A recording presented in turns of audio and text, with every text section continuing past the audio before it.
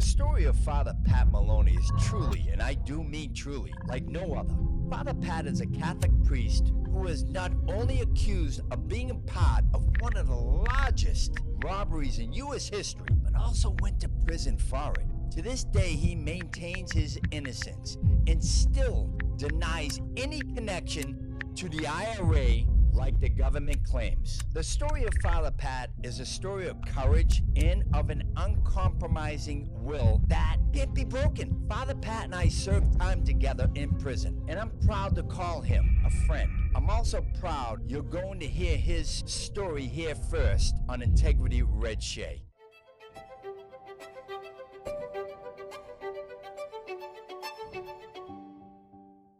Father Pat, the allegedly Irish priest that the government claimed that you had a hand in of an IRA depot robbery back in the day of $7 million, which you were wrongfully convicted on.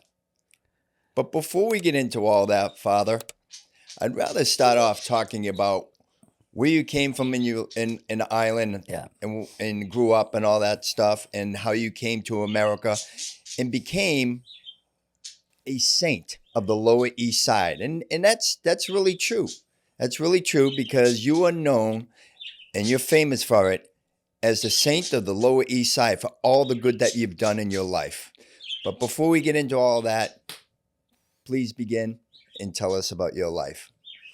First of all, I was born in Limerick City, Ireland, in March 25th, 1932. I was born in what we would call the Limerick of Angela's Ashes.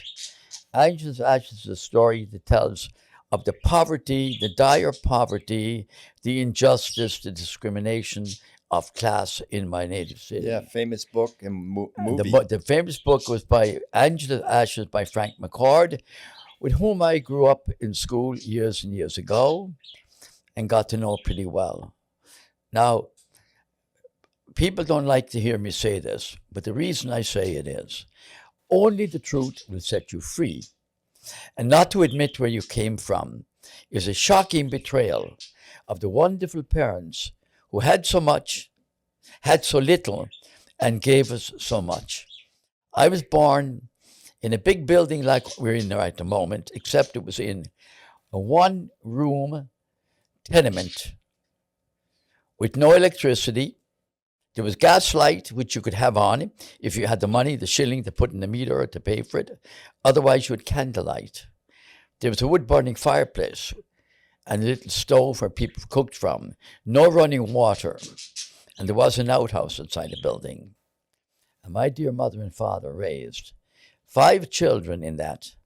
But I have to say to you, first of all, my mother came from a rather upper-class background. She married outside of her station and married a young Irish rebel who was preparing for the 1916 Rising when she first met him. My father was a member waiting to fire the first shot for Ireland in 1916 as a young Fenian rebel in Ireland. I'd like to mention this too. My younger brother is 5 years younger than I. He died recently on June 3rd. God bless his soul. He, God bless him, spent 3 to 4 years in an Irish prison for bringing the wherewith to bring freedom to Ireland. I can let you imagine what he brought. I was not involved, but was arrested for that very same thing because they mistook me for somebody else. And the reason I mention that here is 10 years later, when they would be arrested, falsely arrested, for another charge, equally with nothing to do with, my brother was fully involved in the Irish movement. And before my brother died recently, I asked him, when did you first get involved in the Irish movement? The IRA said, before I was born. And said, John, that makes us two of us. We are of the same blood.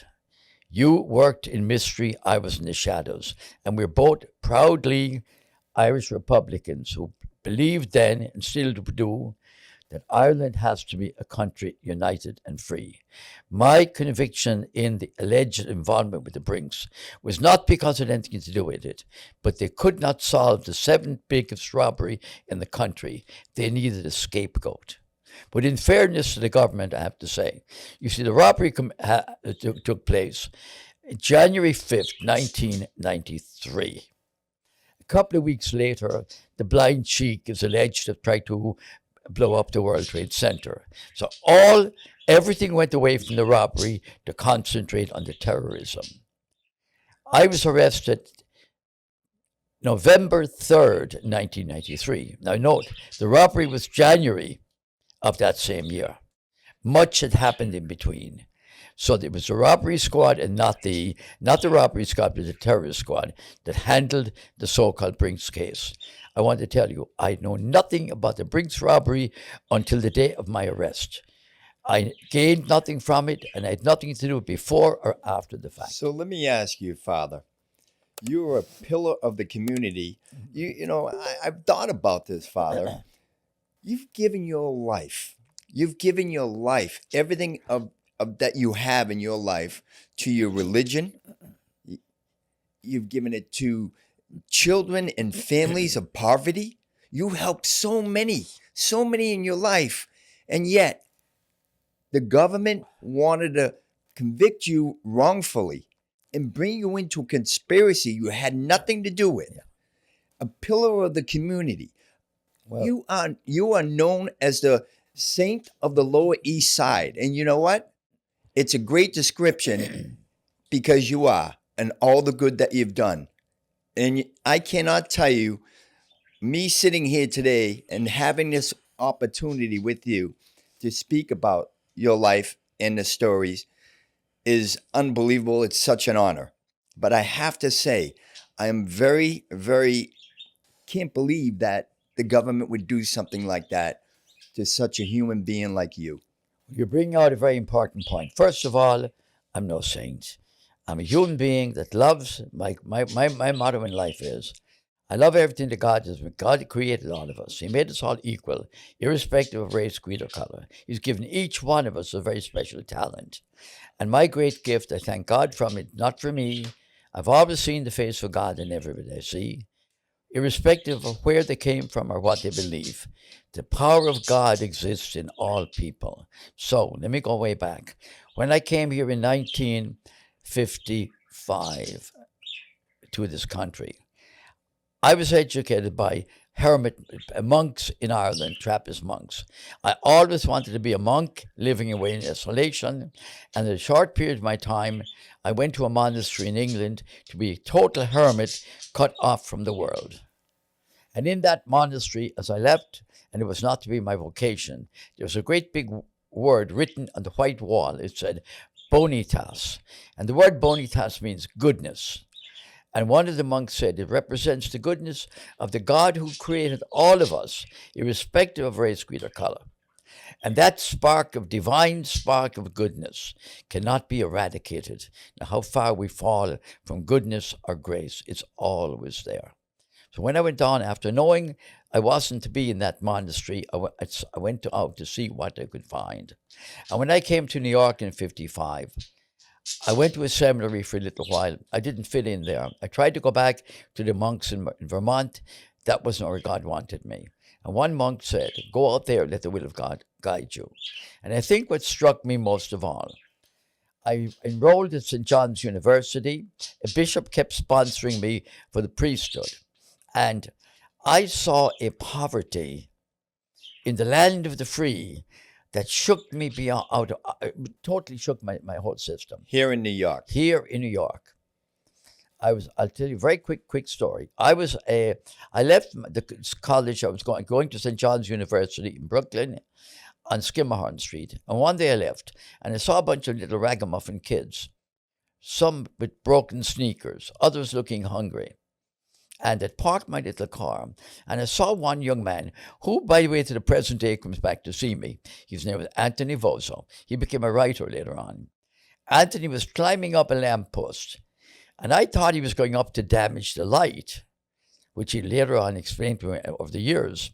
He was going up to tried to get a pair of sneakers or hanging from the light thing. pole, People yeah. would throw the thing.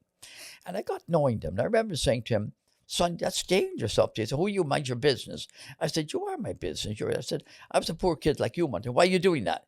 And then he said to me, are you the guy with that car over there? I said, yeah. He said, can we go for a ride? And I said, I would never take anybody for a ride without consulting their parents. He brought me around the corner to his mother. I'll never forget this. And she was a fort for a window. And he said, hey, Ma, there's this guy, the guy, you know, he told you to give us a pizza once in a while. We wanted to take a ride in his car. Can we go? And she said, hey, what's your name? I told her. But she said, only one condition, they can go. You don't take the two of them, you take all four. Well, that began an amazing odyssey. I didn't have a penny in my pocket except the car I was driving in. Where am I going to take these guys? We drove into Manhattan, over the bridge. And the first time these kids probably ever outside Brooklyn. And I said, can this happen? The streets must be paved with gold. I saw a poverty I couldn't believe. Mm-hmm. Now here's remarkable human nature goes. I heard music in the distance from the bridge, and it was a feast of St. Anthony of Padua on Sullivan Street. They give out free, rolls and bread and all that. Sure, people. yeah. And they go in with the kids. And one kid, while I'm talking to a priest, he's stuffing his shirt with everything. And I said, hey, Manny, what are you doing? He said, keep talking. I said, Manny, he said, look all the bread we got. I said, Manny, do you want more? What do you mean? They're giving it away? Oh, my God, I didn't have to steal it. So I'm saying to myself, Poor kids, right? That kind of poverty out Yeah. there. So I said, when I went back to school the next day, I said to the guys, look here, we're studying to be lawyers and teachers or whatever. We're a reservoir of knowledge. What are we doing with that knowledge? It's in a big vat, stagnant. Why don't we go out there and meet these kids?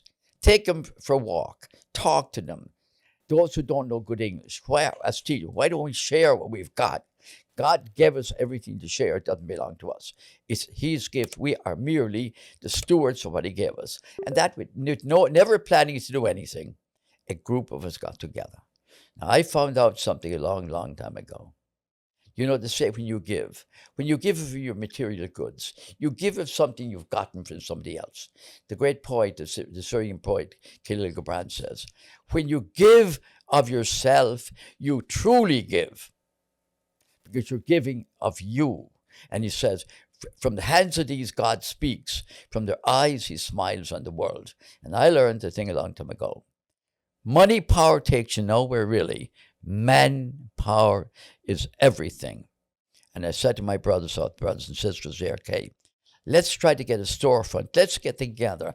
Let's give back to these kids. We who came from all over Europe, all over Eastern Europe, all over English-speaking Europe, and God knows where, to the land of the free.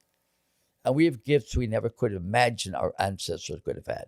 We just began caring and sharing. Now, I learned another very interesting lesson. You've probably heard of the operetta, Annie Oakley, and he said, Annie, get your gun. He says, anything you can do, I can do better. Yes. I can do anything better than you. And when I got my group around me, 7 or 8 of us said, guys, I said, anything I can do, you can do better. Red, you're a writer. Laurie, you're something else. Brian, you're a producer. I know nothing about those things. I'm asking you, share your individual talent that each one of you have uniquely, and united, like the fingers in a hand, we'll work together and we can give back. We don't have anything material to give. We can give of ourselves, our knowledge, our spirituality, whatever it be. We can share and care, and we can see the face of God, the goodness in these tough little boys. And if they steal, they only steal to eat. If they manipulate, it's for survival. And that brings me to the idea of, I've dealt down the years with so many people accused wrongly. They were merely working for survival. And that began in 1957, what we call the Bonitas Youth Services. And the motto was, no matter who you meet, no matter where they come from, whatever they've been through, look for the goodness in that person. Realize that the divine spark can never be eradicated. It's always there. Father, you've touched a lot of lives. Yeah. So therefore, in that period, I want you to know, I personally did not, I'm nobody or I'm nothing without the wonderful group of volunteers of every nationality, every spirituality. In the end, after we started rolling, we had doctors, lawyers, judges, craftsmen, everybody, the butcher, the baker, the candles, in between, giving of their time. And as a result, I never let money guide me. I always used manpower. So in other words, instead of giving money, they Yeah. gave their time They to gave their help time. these kids. Give you an example, Red. If it's a doctor, the doctor would see Right. them and help them. So we ended up having a doctor on the side, a pharmacist, an attorney, a judge, a cop. During the time when we got rolling, we first started in the storefront. We went from the storefront. I moved from uptown down to the Lower East Side. A little Jewish lady, Mrs. Greenberg, gave me an apartment for $11 a month. Can you imagine? Wow. Way back. And we lived way, way down there. She was a good Jewish I woman. wondered, no, not just that. The fact of the matter was, there was a woman by the name, I have to mention this to you, and of all, she was from Boston. Her father was a cab driver. Her name was Marion Schindel. And the reason I have to mention Marion adopted me at the Catholic Worker. I think she was looking for a husband. She didn't know I was in that direction. That's another story. That's another story. But anyway, after we started our work, I knew we needed more than a storefront.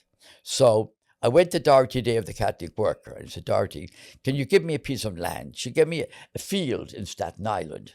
I want to bring the kids out of the city to look at the stars. And what we did, again, I'm coming back to Boston. I went to up near Hingham, and I bought a whole army unit, enough like to set up pup tents, big, mess tent and all that. Mm-hmm. And we started our first summer camp in Staten Island on the property of the Catholic Worker run by Dorothy Day, interfaith, intergroup people. Now, from there, miracles began to happen. A little while after that, after a year there, an Irish woman gave me the use of a piece of property in New Jersey. And this is very important. Way out in Hudson Valley. Now, we were the first group there was Irish, Italian, black, white, a Jewish boy, a Polish boy. What happened was, we were given this little property way out in Hunterdon, New Jersey, Hunterdon. It was an old Civil War house. Nobody had lived there in years. And when this lady gave us the use of the property, no running water, nothing. It was like a haven. We moved out. We were there about a year. Now, here's a remarkable thing. Don't get me wrong when I say it was an early American WASP community. They didn't think any of it themselves. They were good people, but we were strangers. So we had black and Puerto Rican. We had Irish and Jewish. Now, it went in this order. The first disliked people were not the blacks or the Jewish ones. The first disliked were these Catholics because, they're strange people. They're under the Pope. Second disliked were the Jews. And the third have been the blacks. Okay, now, we were there. And after the first summer, people would say, who's that strange group up the hill? And one day, I took an antique piece from the place to sell at the local store. I met a lady, and she realized we were no threat to anybody. July of the first year, mysteriously, the building burned down. Now, in actual fact, it was a total accident. But somebody was heard to say they picked a good time to get rid of the place. That was just hearsay talk. And as a result, the New Jersey papers got involved, and the Nazism has entered this little town of Hampton, New Jersey. That was totally false, by the way. Well, not to interrupt you, Yeah. but it wasn't Jewish lightning, right? Absolutely not. No, the simple house. There was no insurance on the thing or anything else. Oh, Okay, so anyway. so it wasn't then. No, there was no. We didn't own the place. We only used it. There you go. So everything went all in that little house with no electricity, our camping equipment, and the most important thing we had also a great library to teach, educate, and give freedom. We want to educate our young people to everything, city and state. So long story short, it was picked up in New Jersey paper. Then New York Times picked it up. Nazism enters town in New Jersey. It went viral. It went to New York Times, the Post, the Mirror. This all been all in print, by the way. You can see it. and they told the whole story was happening. Now, amazing thing was, Marion came to me one day and she said, you know, Pat, all the papers in the city are writing about your work and my work and that. And she said, but those dumb Irish, there's not a thing in the Irish papers at all. So she called them up and she's called them a bunch of donkeys. And Mary was responsible for Anne Daly of the Irish Echo coming down. And she began an article which became a series of articles over that year about all that we were doing. Now, we had a storefront. We had our a little apartment crowded on 7th Street. And by sheer accident, we were able to buy this house with a $1,500 down payment. A miracle that an Irish lady who joined us gave me the down payment. Wow. Now, then we entered here with nothing. There's the family to live, Molly Cohen and her But brother. you built such an empire. So then what happened is, I didn't build anything. It was the people around me that came. There's nothing in the whole building that hasn't been donated. We started by picking furniture off the streets and hauling it home, putting it in the back of our storefront. And then another miracle that came out of it was, before City Harvest ever came to be, I knew that people with a family, they're struggling to raise their kids. Money they don't have. But everybody got something left over.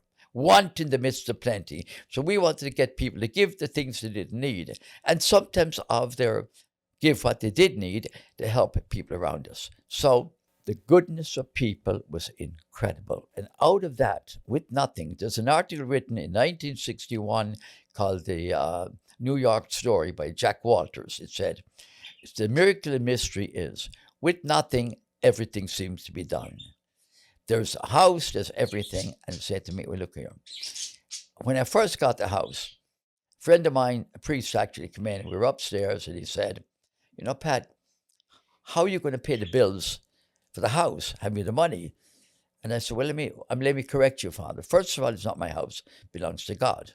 And since it's his house, not mine, it's his problem to pay the bills, not mine. Yeah. I'm too busy working with my kids in the street. And the Lord always provided in the most miraculous ways. And as we go forward, there was the situations through life. We were arrested several times for human rights, civil rights, through the war effort, about housing, everything imaginable, different priests. But through all of it, we saw the injustices surrounding us, the want in the midst of plenty. But I want to emphasize, without the wonderful people around me, nothing could have been done. And the great secret is, recognize the talent of the other. Let them use their talent. Let them give of themselves. Let the painter paint, the singer sing, the teacher teach, the doctor heal, the pharmacist give the medications. It's a wonderful way of doing things. And I know you're very humble about this, and I know you're very gracious. But there had to be somebody to help bring these people together and make this happen. Yeah. And that happens to be you, Father. Well, she said, the good Lord gave you the I'll strength. tell you, Red, when I was first moved down here to the 11th apartment, and I see kids in the street. At that time, remember I mentioned the kids by the university, by the school? I had a car, and my car was filled with sporting equipment, things like that, and local kids on 9th Street. Now, this is when I'm talking about 9th Street. A squad car wouldn't come in here alone. The drugs, the gangs, everything. But there were decent kids fighting for, whether they're Irish or Polish, whether they're German, Jewish, Muslim, Catholic, they had one thing in common: poverty. And they wanted to get out of it. Some use one means or the other, but I felt, give them not a handout, give them a hand up. We were like a team of people working together. Sure. I remember, now this is going to be very strange. I remember going to this guy, Irving White, say, Irving, I'm looking for storefront. I can only pay you $45 a month. Well, what do you give me for that? Well, I still give you $45. You know, I want $150. But I said, Irving, I'll tell you what. Now, this is terrible. Irving, I'll tell you what. If you give me the storefront, and we'll bring teachers and books in, and food we'll beg. We'll feed the kids, we'll educate them. And I'll guarantee you, now it sounded very bad, there won't be as many broken windows in the street or many broken window sills. What? You the mafia? You're giving me protection? I said, no, Irving. If the kids have something else to do, like somebody walked in the park or to the library or somebody worked with them, they won't be throwing stones in the street. They won't be doing things that happen. And he looked at me and said, you're strange. I said, I'm beyond strange. I'm weird. But I said, tell me, Irving, what about you? He said, look, he said, people have helped me along the way. You got the storefront. Wow. I mean, it's amazing. But I want to emphasize goodness. There's more goodness out there. Get away from negativity. See the goodness in people.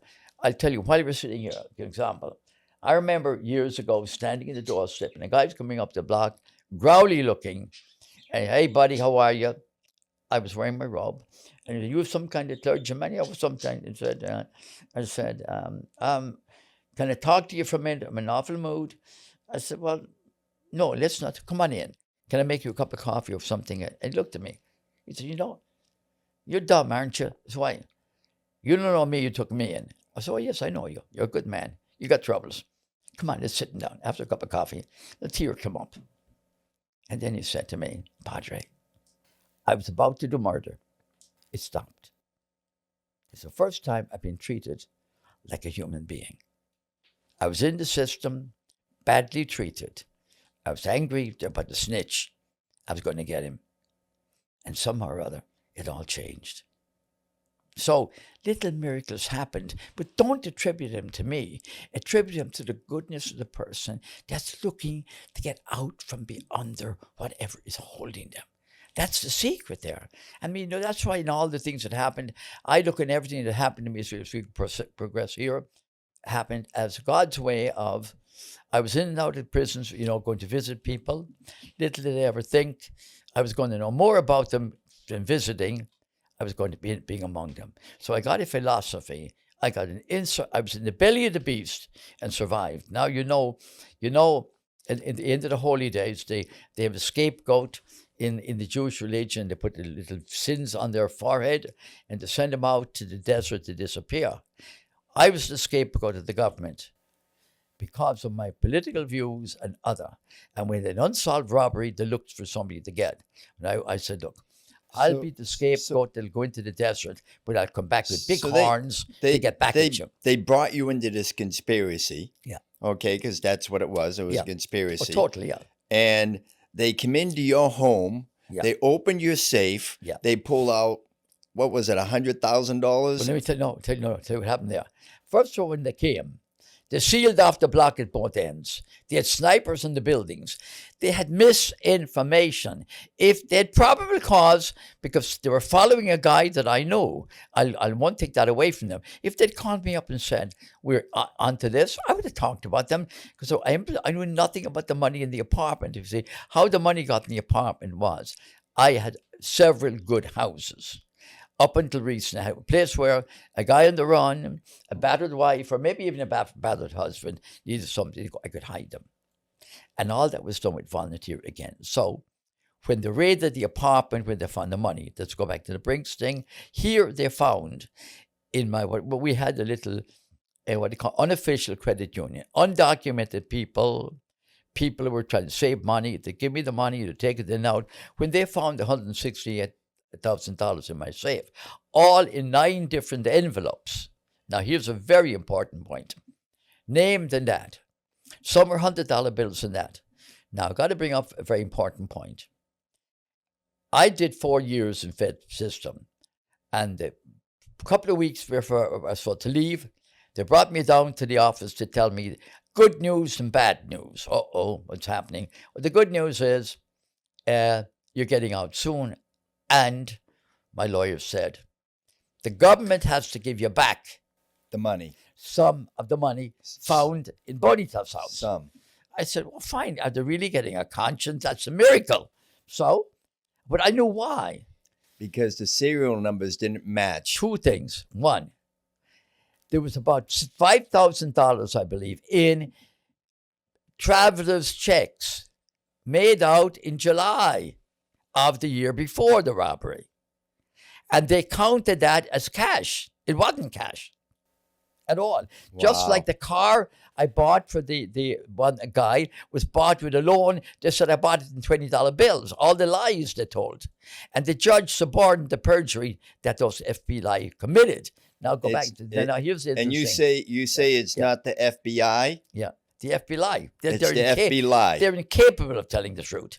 But anyway, because the end justifies the means. But go back to the thing. When Bill said to me, you can bet back the money. Now, the bad news is they took that money from the safe to upgrade it to a certain amount to say you had such amount of money.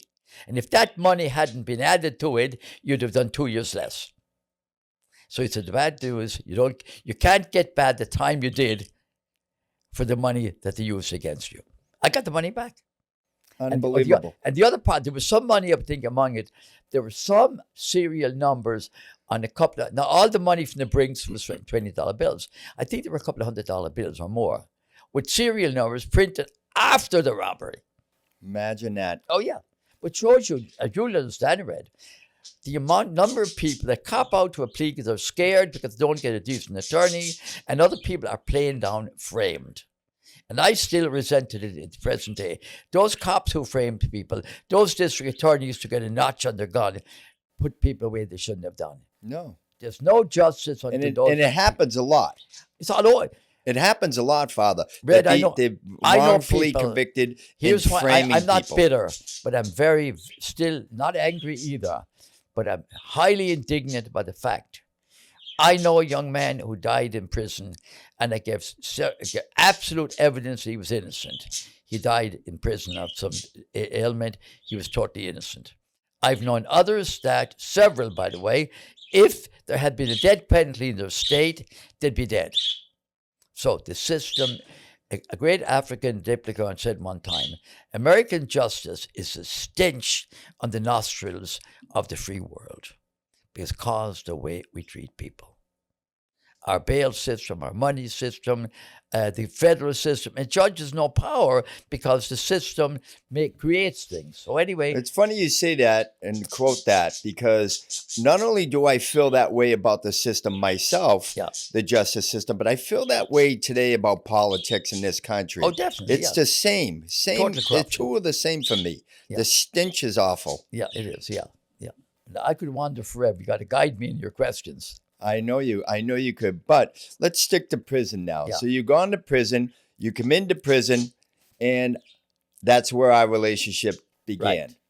Now, to go here, I'm up in Rochester, New York, and then I'm sent down to Otisville for processing, and I made sure they gave me very good health, so I figured, I'd be able to handle myself. And I was told by the social, oh, well, Moloney, low-level crime, no weapons involved. You're only charged with conspiracy to possess money. You're never charged with any robbery until that. The court ruled out everything relating to politics and the IRA and so forth. You'll be going to a camp. Okay, that's the first couple of days. Now, I'll never forget St. Patrick's Day. I was allowed to talk on the phone to WBAI. And I was there and it's sort of irony. Here I am in an orange jumpsuit on St. Patrick's Day. And WBAI is what? 95.5 FM. Okay, in New York? Yes. Okay. And then I said to him, I'm looking at a flag drooped by the rain falling on it, I said. A defamed flag, American flag. What a shame, it's out there. I said that here I am, a totally innocent man, going away for something he had nothing to do. I'll never forget that.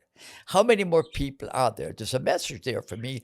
I'll identify now with people who've gone through the same situation. I'll tell you, it was an interesting and tough time. I wouldn't have missed it for the world. It was the hand of God. This Digitus Day Estic, the finger of God put me into the system. And I met with everybody from petty larceny to double murder to Murder Incorporated, the marijuana king of the U.S. and Canada.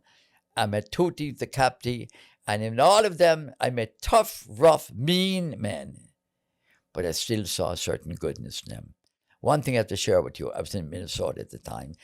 Now, oh, by the way, when I met you in the system and you tipped me off, I've been going, they put me out in the hospital. There was nothing wrong with me, whatever, to get me rid of me. They only could get me into max. As you know, A hospital is a max. All the rules are there. Sure, yep. Everybody there. So out there I met all the different people. Now here's a good thing that happened. One group felt, oh, wow, look at this guy. He's like a Robin Hood. Oh, he ripped off the Briggs. He got the money. God bless him.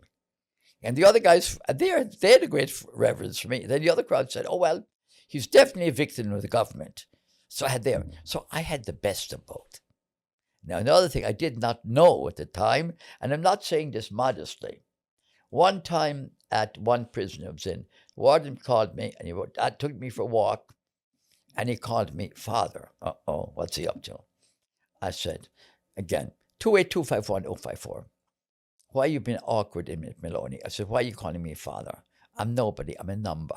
I don't even have a name anymore. But you're doing your job. It's okay. Well, he said, look, he said, Father, you have no idea, father me again, how much power you've got in this place. You don't know how these men feel about you. You talk to them all the time. You do that confession thing with them. I know you do masses on the side. So, Martin, I do what God wants me to do. What can I do? Well, he said, there's going to be a big, either a hunger strike or something happening here. I don't want to see inmates hurt or what have you.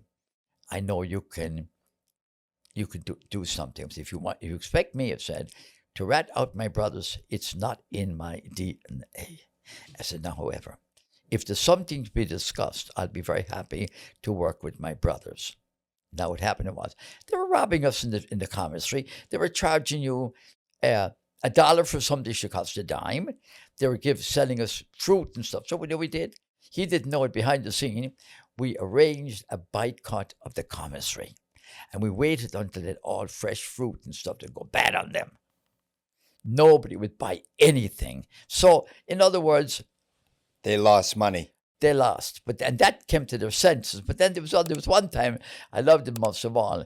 We were way up in the Pennsylvania mountains, and they got a great big, very great delicacy for them, a big shipment of shrimp. Not one of the screws ever got to touch it.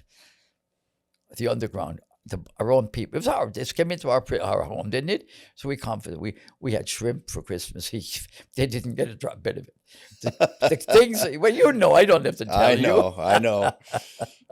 But yeah, I have to say, when I first met you, when you came in and you started to explain yourself and who you were, I had already known who you were. Yeah. I paid close attention to the case that was going on at the time, the depot robbery, and the so-called IRA and the IRA priest and all that. Oh yeah. So when you come in and you start to explain yourself to me, I said, I already know who you are, Father, and you're going to be in good hands. You're in good hands here. And I'll never forget, and you don't either, the guy that was on the bottom bunk. Yeah. What did I tell him? You taught him up, and then I'll tell you, right, I can, now look back, I can close my eyes, and I can see young Red Shea there, controlling it awful lot in a very nice, gentle way, lovely smile and all the rest. And I think, hey, buddy, that's his bunk. And then there was a couple of others, you got me in this particular room. I can see it as clearly, I can see you as a young, vibrant firebrand way back then. Yeah. And thank God he's kept you that way. Yeah, thank you, Father. And then I'll never forget when you said, I need to go to chapel and I need to see the priest. Yes. I said, oh, it would be my pleasure, because I did not like that priest. And his name was Philip. And he was a Filipino priest. That's right. And he was a Catholic priest. Yeah. And I said to him one day, Happy St. Patrick's Day. Yes. He said, in my country, we do not celebrate St. Patrick's Day. And I said, what country is that? He said, the Philippines. I said, well, you're not in the Philippines. You're in the United States. I said, and I guarantee you, Cardinal O'Connor in New York, if you told him that, he would reprimand you for that. And ever since then, he never liked me, never talked to me again, and I never talked to him again. So when you come in and you said you needed to go to the chapel, I said it would be my pleasure to bring a priest, an actual priest, to this guy who I did not believe in a priest. He wore the collar, which I respected, but I did not respect the man. Yeah. Well, you know something? I remember, some of you may remember or not. We were walking down the corridor, and the Filipino priest was walking up the head, and somebody said, hey, Father, And he turned around, and a bunch of chorus said, "Hey, we're not talking to you. We're talking to our own real priest, you think." Yeah, that's right. That is correct. I felt sorry for him in a way. The thing is, like, well, okay, it's going to be a positive. Here I'm going, I told them, I meant I to- remember us walking around the compound That's right. in prison and introducing you to all the solid guys. Yeah, I remember that. Oh, you. And I met some of them later on in the system at different Otisville, Lewisburg, Oklahoma, so many different places. You know, I had some influence through the grapevine to make sure I know was you did. able to send Yeah. word. Oh, yeah, yeah. Like when I came into Loretto, I'll never forget it. I mean, you think we didn't know nothing. I mean, and then all of a sudden the buzz goes through the whole thing, and I'm getting all these different people. I mean, you're for real. You're real priests. And that's when I met the nun with the gun. She tried to frame me a couple of times. The nun. Yeah. The nun that was working At Loretto. She was a chaplain. a chaplain. And she would give... And was she Catholic? She was a Catholic nun. Are you kidding me? Polish background, and she'd write people up and all the rest. There was another guy named Broom. And she wasn't she might have been by title, but she didn't. No, she was a Roman Catholic nun, and she was a chaplain there. And when I told her, I says, Mary Ann Palco, God rest her soul, I said, sister, she had a brother, a priest. Now, one of the troubles that Mary had, and I can identify what this was, her brother was like the king of the mountain, being a she was a nun. She would have wanted to be a priest herself, kind of like, well, the church doesn't have female priests yet, so I know, will maybe if they ever will. So anyway, she gave me a real hard time. Well, you can go there. I said, no, sister, I want to make it very clear to you. I've just arrived here. And I said, look, I have an extraordinarily high profile, which I don't particularly care about. So where I go, cameras will follow, and they're waiting to see what kind of a dumb thing I'm going to say next. Well, if cameras will follow, and they're waiting to see what kind of a dumb thing I'm going to say next. Well, if I'm going to be the dummy I am, and I'm going to keep speaking the dumb things I do, and it will reach people. So I said, if you don't give me my vestments, that I will order from St. Jude's within a week, I'll be on hunger strike. Every media in the whole place will be here because you're depriving a priest in a Catholic environment of relating. Now, the only time I ever got in, I used to join the Friday night, the Jewish system with the, join them, we'd have, the every Friday evening with the wine and that we get. And the only time I ever ran into trouble with her, after the ceremony, one of the Jewish boys, here, take this little tiny thing of wine. I made a mistake, but if you gave it to me, I'm taking it. And then when I met the Protestant chaplain, he asked me, I said, a little wine. Oh, you're smuggling contraband? I said, look, I'm not doing anything smuggling. I said, sister gives me my grape juice for Mass, and he tried to write me up on that. It's funny because I have a similar situation. Yeah. I actually joined one of the holidays with the Jews inside prison myself, and the reason why is I acted as a Shabbos goy, if you will, for them. Yeah. Turning a light off and stuff like that. Yeah. When I used to go to both services, I was doing the Bible. There was one guy I met there. I met him first, remarkably. They fed me really well, though. I met a guy in MCC in the beginning, Menachem Prihar. Menachem, oh my God, he was an Israeli captain of the what do you call it, a flyer, and I admire his talent. He embezzled. He made no bones about it. He had a big factory in Israel with grain, and he borrowed millions from the one factory by moving it around place to place. He borrowed, in other words, maybe $500 million on the same one factory, but they thought it was all different ones. So he ended up. I met him first there, and then I met him again in Laredo. We became close buddies, and then by an amazing coincidence, he was separated from his Irish wife who lived in Long Island, and guess what? He was separated from his son, Rory. He called him. He was what do you call him? Another name for him. But anyway, he He had separated from him. And by coincidence, he mentioned, I knew the next door neighbor of his son, while we were in Orlando, he was able to make a back connection. So the amazing things that happened in there, we were one, all one God's people. All of us deprived of our freedom. What people forget is, Sure. you lose your civil rights when you go to prison. You never use your human rights. You've always got the dignity of the human person. The BOP had know nothing about that. They're beyond depraved when it comes to that thing. And then the other thing was, from the minute I entered the system, my classification was low-level thing. They upgraded me, former IRA general. Here's a crazy thing I'll tell you. The week before I left Loretto, one lady, we called her, Susan, Miss Laurie did saying, we called her the Big Bird. She was a guard. She was very nice in her own way. She said, Moloney, you'll be going soon. A woman god. Yeah, and she said, we'll miss you. I always had a problem with that Yeah, personally. but I do too. That's Okay. another one. But the other things are, I said, I always called her Big Bird. I didn't. I bit my tongue. The officer said, why? Well, she said, Moloney, when we gave you a night job to keep you out of circulation. I would work from midnight till morning. So that during the daytime, every at work, I'm there doing my thing, doing my mass, do all the things I could do.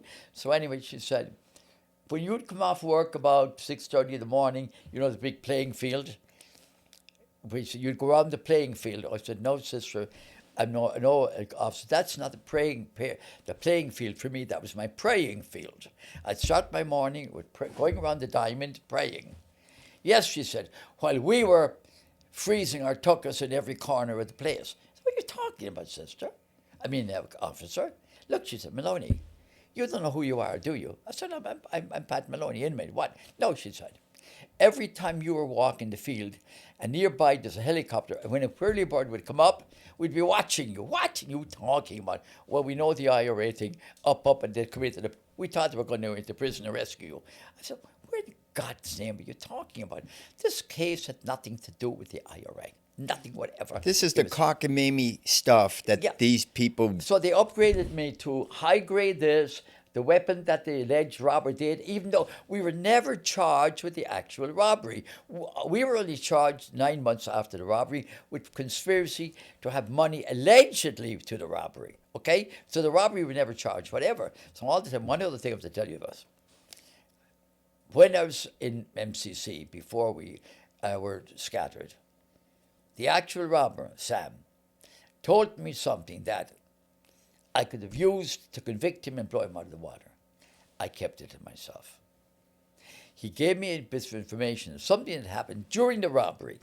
And he apologized, Pat, when I used your apartment, he was a croupier. I thought the money there belonged to his gambling crowd.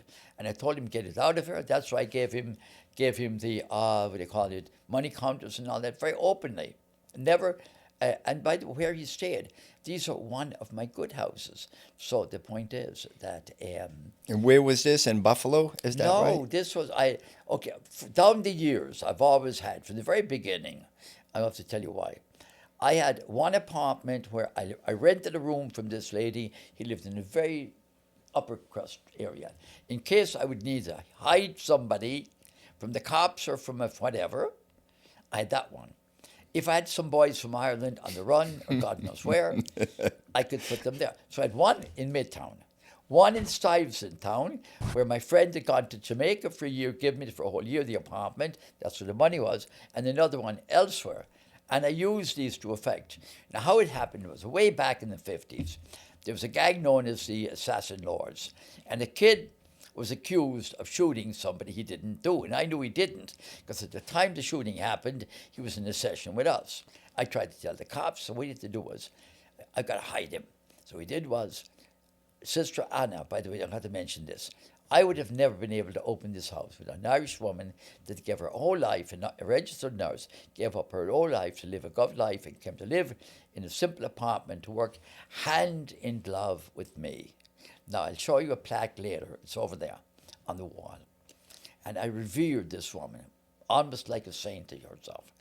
Anna was a nun in France, Anna Roll from Leitrim, Ireland. She became a nun in Vichy, France, years and years ago. The Nazi invasion started in France. Anna, true to the Irish woman she was, she joined the underground. And Yes, and and help what the Anna Jews did, I'll very escape. briefly tell you, Anna and a couple of other nuns, they would take the Jewish women in, dress them as novices, and their children as orphans, and smuggle them out in the dark of night out of that part of France to escape. The Nazis eventually found out and wiped out the whole community. Anna was one of 4 left. Now, I never remember Anna telling me, I'm going over the hill, we heard the gunfire. They used to line the sisters up, spray them with phony bullets to terrorize them. So Anna joined me after she left the convent and then went to England, came here. She, through her, I managed to get this house. She gave 45 years of her life. Wow. Totally dedicated. Wow. Giving her money, her salary, her time. Now, one quick thing I remember. What a sacrifice. But I'll tell you something. One day there was a gang fight out here. And a kid was cut. And she goes out with big long fingers. Get me in the car, get out of here. Anna, and the blood. Look, she said, during the war, I stitched fingers throughout together. Let's go. Now, to go back to this, there was one boy. His name was Jose. We called him Gypsy. Gypsy was accused of something he didn't do. All the cops were looking for him to shooting. We knew he didn't do it. Tell the cop that, no, they just wanted a bust. So Anna took him, dressed him up in disguise, took him from here to our little house in the Bronx. We hid him for 3 or 4 days until we were able to get a lawyer to surrender him and go to court and get him exonerated. Now, How beautiful is that? but here's what happened.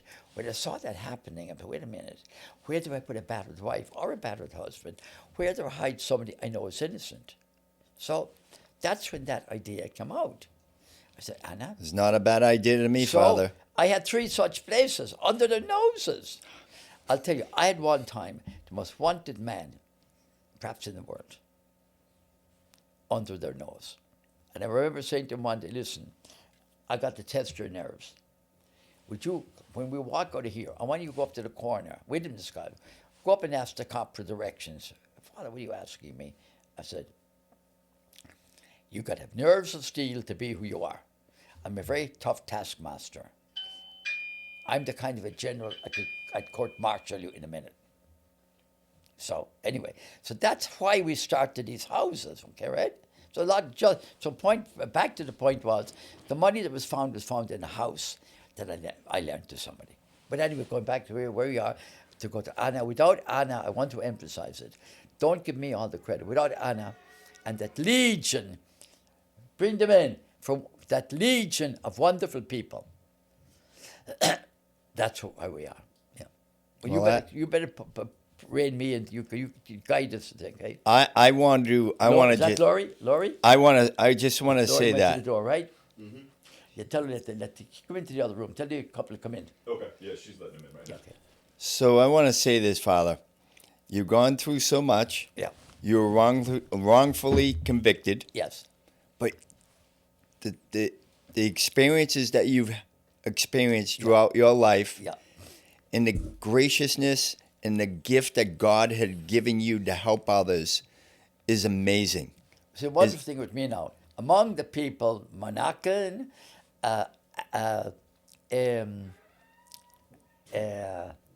Charlie, what's his name, Arthur, and several others, we are still a club. After I came home, their families came to see me. Another Angel, whole family broken up. I used to arrange in Loretto when my family traveled to New York. I'd bring people who had no money, and they'd go with my family to visit, who never had a visit. And then when I came home, we are still together after all. How beautiful is that? This fell in And you've club. married some of these people, is that right? I baptized their children. I intervened in their trouble with husband and wife and all the rest of it. You know? Beautiful. Yeah. I know you do that for sure, because I know. But once in a while it said, and maybe you should have kept staying there. Leave her alone. You should stay in. Yeah. So, Father, I'd like to say this. I know that you've been through a lot. I know that you call them not the FBI, but the FBI. Yeah. It's been tremendous opportunity to be able to sit down and have this conversation. with you in this interview. The one other point I want to mention to you, during my imprisonment, I was just about to leave. I had an adopted son. He was a great God gift ever gave me. I got permission from my bishop to adopt the boy. He was all a young man, traveling a lot of places, was involved in a lot of encounters with me in my jail. I was ready to leave in a couple of weeks, and my son was murdered in the Bronx. I'm sorry, I didn't know that, Father. Oh, yeah. Now, Jason was killed. Cardinal Archbishop of New York called the Bureau of Prisons, said, we want Father Moloney to be able to come home. He's going home soon anyway, to do the funeral of the son he lost. It's a terrible thing for him to be here. But they put in, oh no, be too dangerous for our guards. It's Hell's Kitchen. It's not Hell's Kitchen at all. It's on the west side. Oh, the Chinese gangs. They deprived me of to come home. Now what I did was, I got on the phone, and I did the funeral service for my son. His body was over there, with all kind of people. And you won't believe what I'm going to say. I've got to emphasize to show how bad the system is. I did a 15-minute funeral service. When the nun with the gun found out, she said, well, Father, I won't write you up this time for three-weighing as a sister. I didn't three-way. I called my own home, and I did the funeral service for my son. Now, here's the thing. The warden's chief called me in and said, Father Moloney, do you know where the warden lives? I said, no, and I don't care. Would you know his license plate in his car? I said, I wanted, I could. He's usually parked in the parking lot. What are you getting at? And these were the exact words. Since he denied you, through the BOP, the right to go home to your son's funeral, is he in any danger from the IRA? I said, what world are you living in? The IRA who? What are you talking about? So, that's how the paranoia, the scare. Yeah, they didn't convict me for the robbery. They were trying to get at me, and unapologetically, I've always believed in freedom and justice for every country in the world, irrespective of who or what it is. The right to identity. A. B. I fully supported rebel causes unapologetically. Well, it started with your father. Yeah, my own father. And then your brother. And my brother. It's in our blood. And the point, I still to the present say, I will never rest until Ireland is united and free. I'll never rest until criminal justice is totally changed and a man has a right to his freedom and not to be railroaded, until people don't have to cop a plea because they can't get a lawyer and be sent away for 5 years when they should be going home. The system is still foul. Well, Father, I see men that become snitches for the government. That's right. That killed 25 people. Yeah. They're lucky they do 5 years, and they're walking the street. That's right. Exactly. They're walking the street, Father. Where's the justice? Yeah, exactly. Right? Yeah, but you see now what I'm saying here. Now, when I was asked about there, I said, are you so far in the dark woods? You think that you're gone. Now, a couple of gods in Father Moloney, we'd be glad to go home with you. We wouldn't cuff you, nothing like that. It would be an honor and all that. We know who you truly are. We're past the system. But they had what they do upward grading of you. So put me all from a low level to the top level. So I was treated as like a top level. And even they wouldn't let me home. Well, then, of course, eventually, I did come home. Cardinal O'Connor called the Bureau of Prisons and said, instead of having the wake downtown you're afraid of, I'll have it up near our own place, near one of the chapels, near the cathedral. They still denied me. See, the trouble here is fear. I'll give them credit for their fear. Maybe they really believed that was that Pimpernel or that underground general. But come on, what nonsense. The other thing to say to you, when I went before the judge, my attorney took a hardback book called Catholics Courageous with an introduction by Cardinal Cushing. It's printed out there. He presented that. Dozens of news. He said, there's no case as there with the amount of merit that the judge could overturn if their conviction. But the government had to get the scapegoat. I'm glad they did, because if they didn't, I wouldn't have met wonderful men like you, Ray, Red, nor I would have met many of the others, I'm still with them to the present day. They're my bosom buddies. And we're here together And I tell from the them, present day. one day, Ray, Right. you're coming in. You got to meet Arthur. You got to meet. It would and be there's my one pleasure. Man, there's one man I want to introduce you to, and he is the most colorful. I can't say an awful lot. He becomes many people, many things, change identity. Oh my God, under their noses. But the most important thing of it all is, I've survived the system, the belly of the beast, the circuit therapy.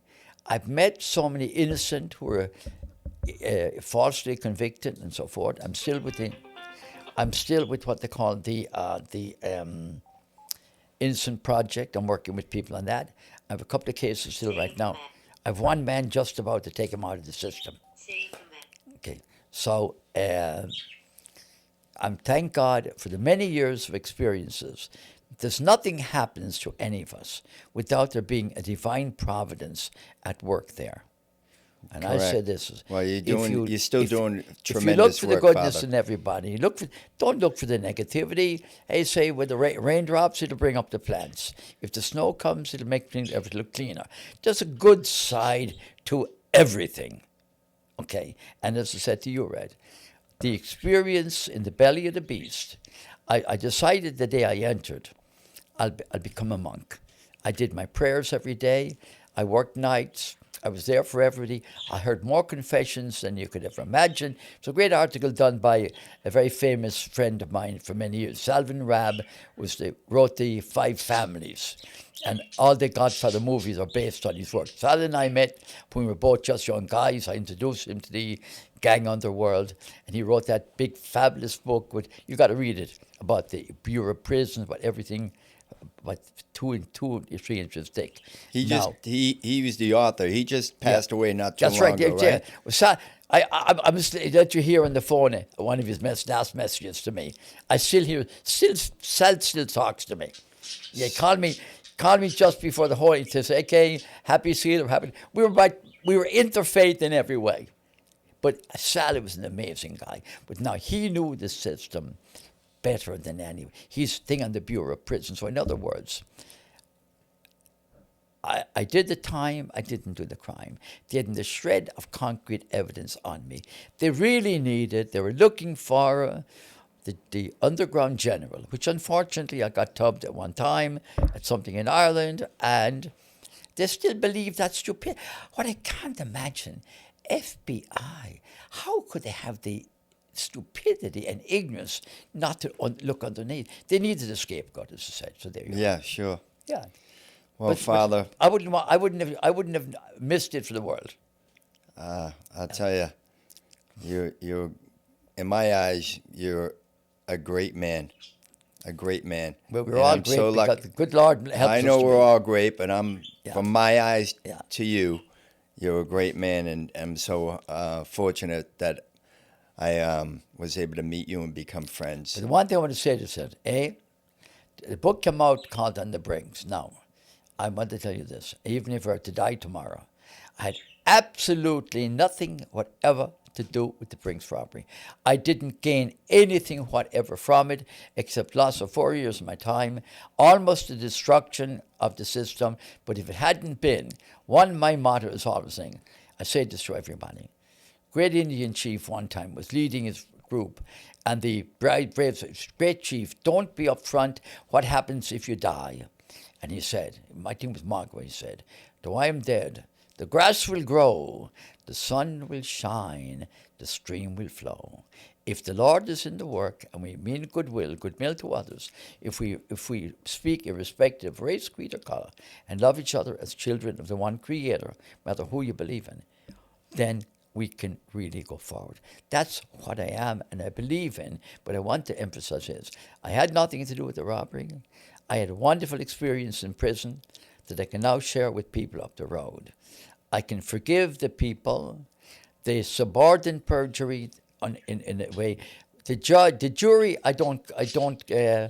they knew a lot. They couldn't imagine a priest in my category when they were in. And then a prosecutor was trying to rise up in the ranks. He was really horrible in the time, misrepresented evidence. Now, one of the final things I want to mention, in order to get a warrant to search this house, they came out with a story that the poor priest that lived in the village bought a vehicle, a car, the same year, which I bought for a friend, the guy that got in the thing. And so they said he bought it with $20,000 bills in cash. I bought it with a $500 down payment. I can show you the document. And we were paying it up for the next years. They fabricated. And then what happened then, and in order to get the warrant, they gave that story. Now, New York Times published it. My bishop called me from Boston, Abuna is in Arabic, Father Patrick, how did you get that kind of money into a bag? Or where? I said, Bishop, what are you talking about? Well, I read it in the New York Times, did you? And then I said, oh, Bishop, what page was that on? His front page. Oh, Bishop, I said, did you read the third page too?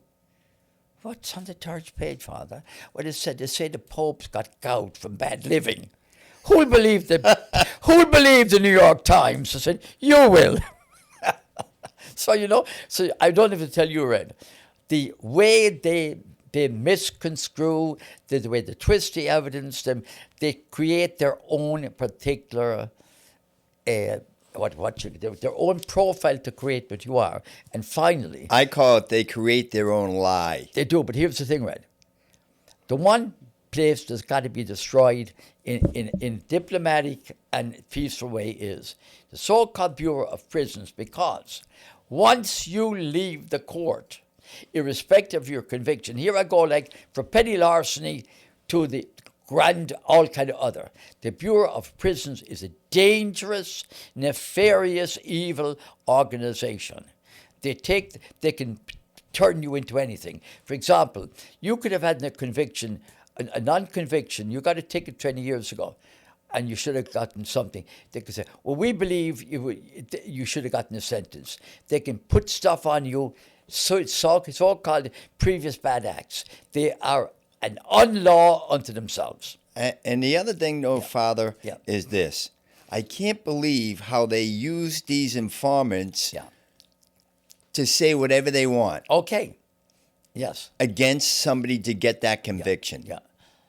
Am I right or wrong? You're totally wrong. Not right. Another only that. On 2 occasions, thanks to men like you, there was a man out in Laredo, out in Minnesota, Father, you're going to be transferred soon. I told you that. This other guy told me, he said, look, they're going to plant somebody to try to get information from you that they think you have. Be ready for them. And sure enough, I recognized their plant, their informer. And listen, good Lord, I thank you. I fabricated the most fantastic stories you could. I gave him a good couple of months of work to do, chasing rainbows. Beautiful. See, you play them at their own game. Yes. Listen, we're not in a perfect society. And maybe I can say, as Voltaire said, we're living in the best of possible worlds. I love America. I love all things about it. And you remember, when I'm closing to say this to you, we say, God, when we pray about America, God, we say, America, God shed his grace on thee.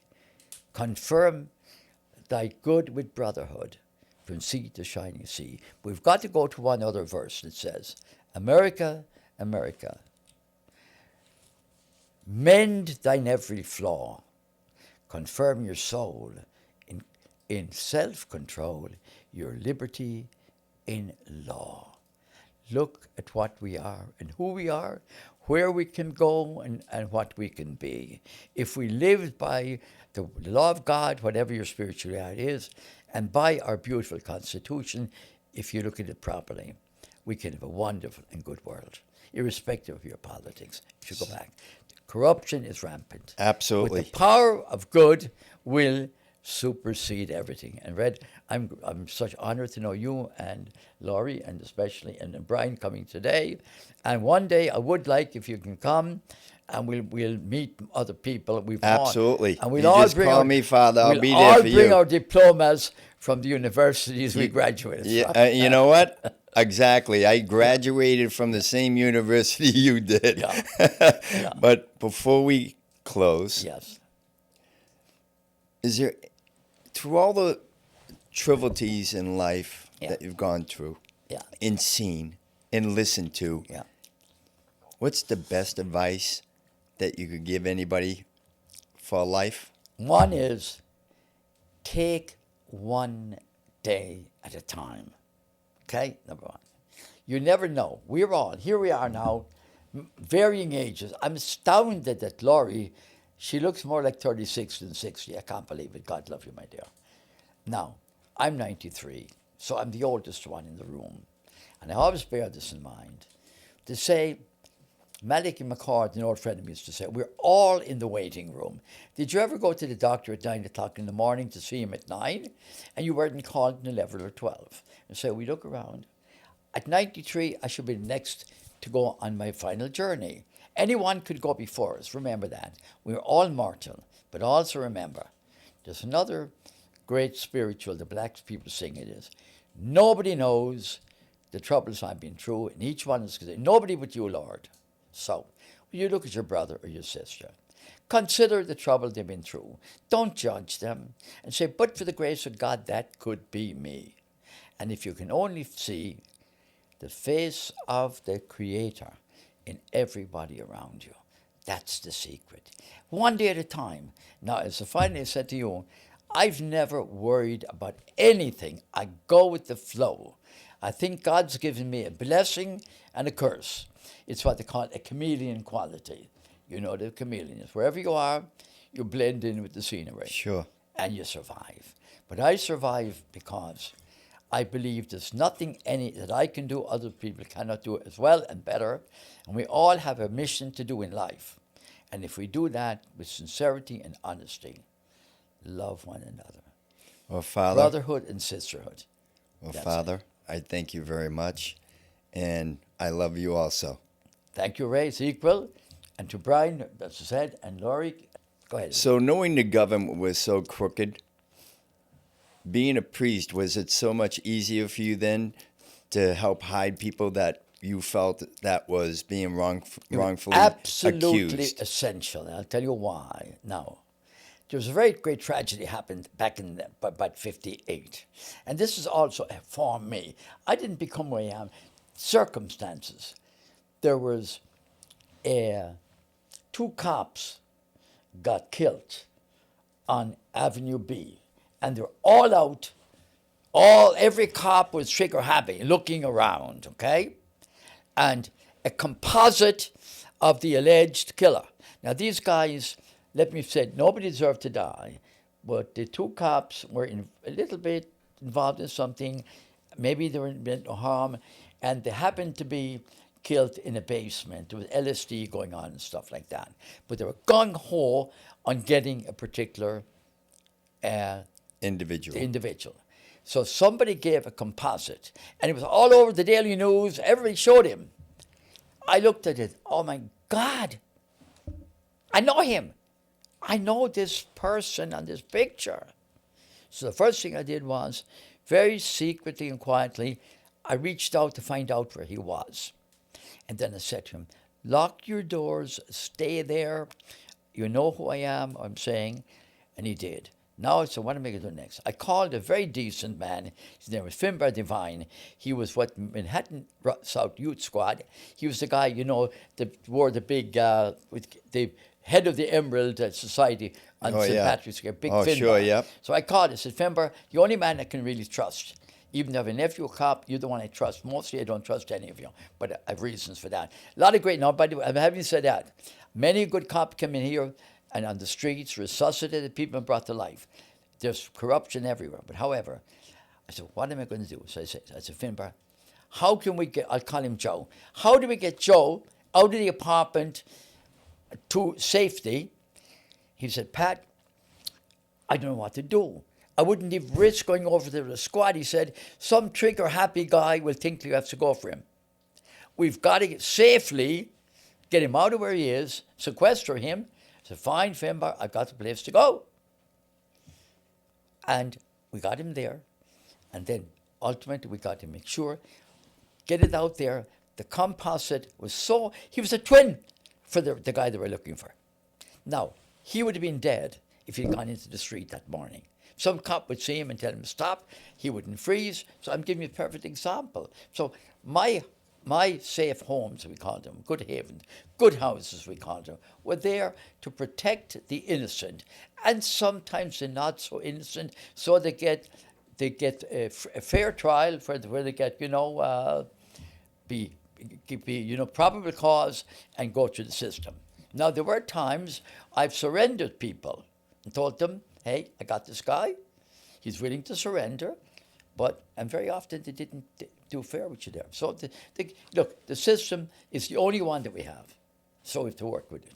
When my jury found me guilty, I never held that against the jury because they were based on the misinformation by the FBI given to them, the distortion of things, and the instruction of the judges that, in fact, the judge that sentenced me, I think I may have mentioned this, but very quickly, a week before I went back after Thanksgiving for sentencing, the judge, they revoked my bail and they brought it up to $1 million cash. I told you that story, right? And they said, look, judge from the bench said, Father Moloney, to come up with $1 million in a couple of weeks is going to take a miracle. I just smiled. And then he stopped and he said, Father Moloney, $5 million could buy you a lot of freedom, suggesting he believed that some part of the robbery. He should recuse himself. When I smiled at him and he said, you seem something to smile at, Father. I said, yes. I said, it will take a miracle. I am in the business of miracles. I'll be home for Christmas. And within 5 days, we came up with $1,300,000 cash from everybody from Sal Rabb, who gave $5,000, to the butcher who gave $1,000. 14 or 15 different people came up with the money. I'll never forget walking in triumph past the prosecutor. Again, I want to thank you so much for giving me and affording me the opportunity to have this great interview with you. Yeah. Well, And thank you, Red. and you know, they do say you are the saint of the Lower East Side, and I know how humble you are and about that. Yeah. Well, I'll tell you something. But I feel the same way. Well, you know what for they say you. about, do you know what they say about saints? They say, to live with a saint in heaven is eternal bliss and glory. But to live with a saint on earth is the hell of a different story. So don't overestimate me. Thank you for coming on, Father. Thank you very much, Red. Thank you very And much. God's blessing and grace to each one of us. Hope we have a wonderful season coming up. The blessings of Christmas, Hanukkah. May the light of Hanukkah light the world and bring peace to a whole world. And may the Prince of Peace bring us all the peace that we brought. Keep peace in your heart and thank God for all that you are. Amen. Amen.